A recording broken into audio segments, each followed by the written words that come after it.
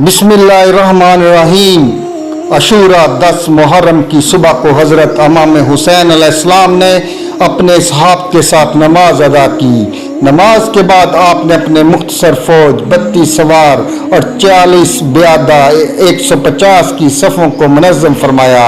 आपने लश्कर के दाएं बाजू ज़हीर बिन कैस और बाएं बाजू को हज़रत हबीब इब्न मज़ाहिर रज़ी अल्लाह तआला अन्हु के सुपुर्द किया और परचम भाई अबुल फजल हज़रत अब्बास अलैहिस्सलाम के हवाले किया।